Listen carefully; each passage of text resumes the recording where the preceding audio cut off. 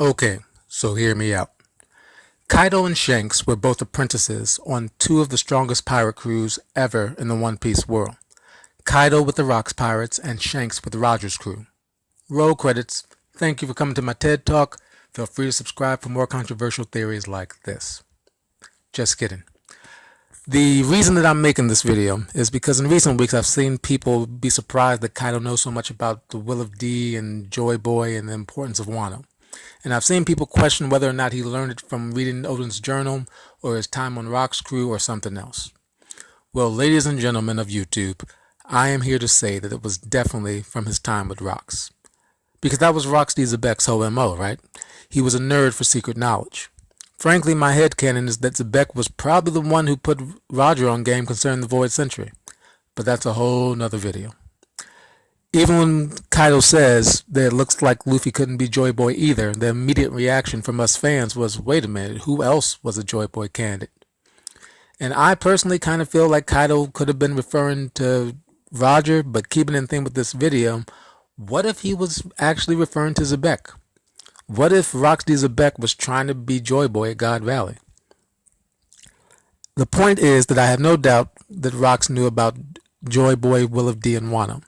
Now, I don't think that he was the type of captain that sat his crew down and pulled Kaido aside and was like, okay, check it. Here's what's going on. But given by virtue of not only being on Rox's crew but being a cabin boy, I feel like Kaido picked up a few things the same way that Shanks did with Roger. Because you have to figure that as an apprentice, Kaido and Shanks were the most impressionable members of their crews, the most curious, and older crewmates probably said some things and forgot they were in the room, same way that people do with kids and unpaid interns. And here's the meat of the video. Because Kaido and Shanks were apprentices on such legendary crews, I feel like they essentially inherited the will of the crews more so than any other crew member. Given how strong and well-traveled the Roger Pirates are, I'd say that at the very least, Rayleigh had the strength and the influence that he could have been a shoo-in for Yonko if he wanted to be. But instead, we look up a couple of decades later, and Shanks is a Yonko. And as far as we know, Shanks and Buggy, the only other Roger apprentice, are the only Roger pirates still active in any kind of meaningful way. And of those two, only Shanks appears to have an agenda, a mission that's driving him that we don't know about yet, but I'd wager is connected to Roger. Now let's look at the lineage of the Straw Hat from Roger to Shanks to Luffy. We know that Luffy has pretty much inherited 100% of Roger's will. And we know this because Rayleigh and Crocus immediately peeped the similarities, and even Shanks is telling Rayleigh, hey, I saw this, I met this kid in the East Blue, and he was saying all the same stuff that the captain used to say. So Luffy inherited Roger's will, just like we can infer the Blackbeard inherited Zebek's will. But Shanks acts as a bridge between the two generations, having inherited Roger's hat and maybe some of his will, but not fully. And I feel like we have something similar happening with Kaido and Rocks.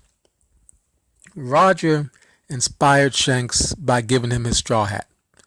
I believe that Zebek inspired Kaido by giving him them hands. Again, kidding, but seriously. We know that Kaido highly respects people who can square up with him.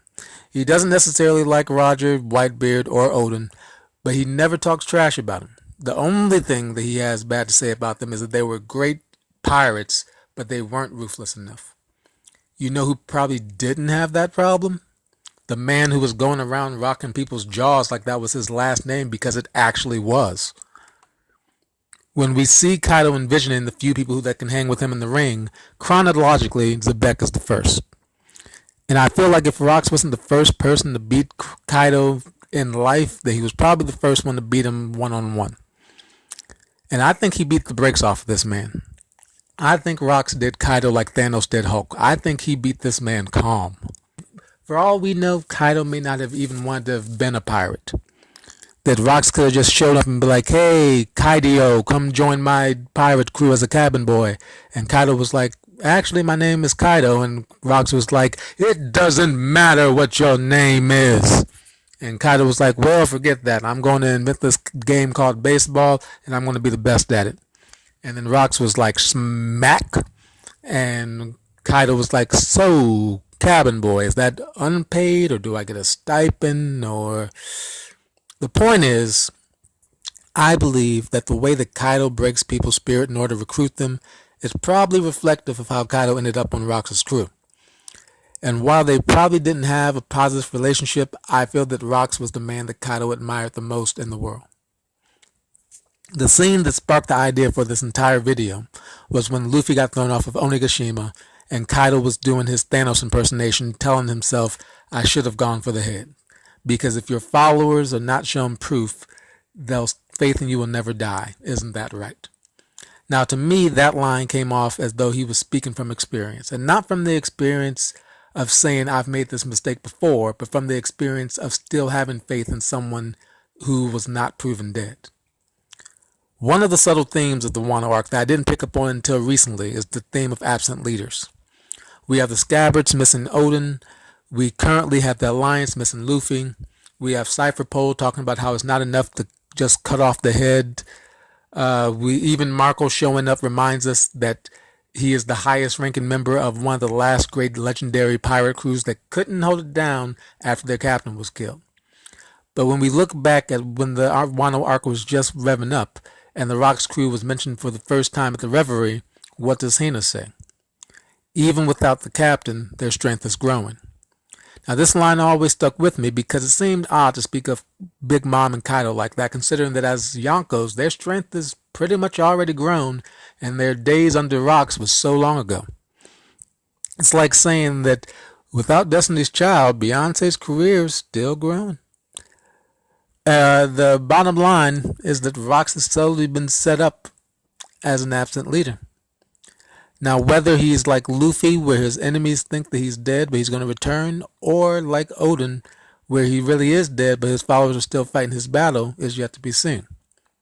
But my question is, did Kaido settle in Wano because it was important to Rocks' plan before he disappeared? Just like Zunisha can't stop walking because she's following orders that she was given long, long ago, is Kaido still following the lead of a man presumed dead because he can't discard the slim hope that his captain may return? And in that vein, what happens if Kaido meets Blackbeard, the man who inherited his captain's will? Given that Kaido wanted to kill Whitebeard, I'd be very interested to find out how Kaido feels about the man who actually did it. Whitebeard said that Blackbeard wasn't the man that Roger was waiting for, but how crazy would it be if Kaido declared that he was the man that Rocks was waiting for? Imagine that kind of endorsement. And of course, a common theory is that Blackbeard was still Kaido's fruit, which would parallel Shanks giving Luffy his straw hat that was given to him by Roger. Especially since we know that Kaido received his fruit during the fall of the final moments of his time on the Rocks Pirates. That said, it is interesting that one of the most mysterious and earth-shaking off-screen events was Shanks intercepting Kaido on his way to Marineford. Two individuals, both armed with knowledge that the majority of the world doesn't even know exists, former proteges of the man who became king of the pirates and the man who wanted to be king of the world.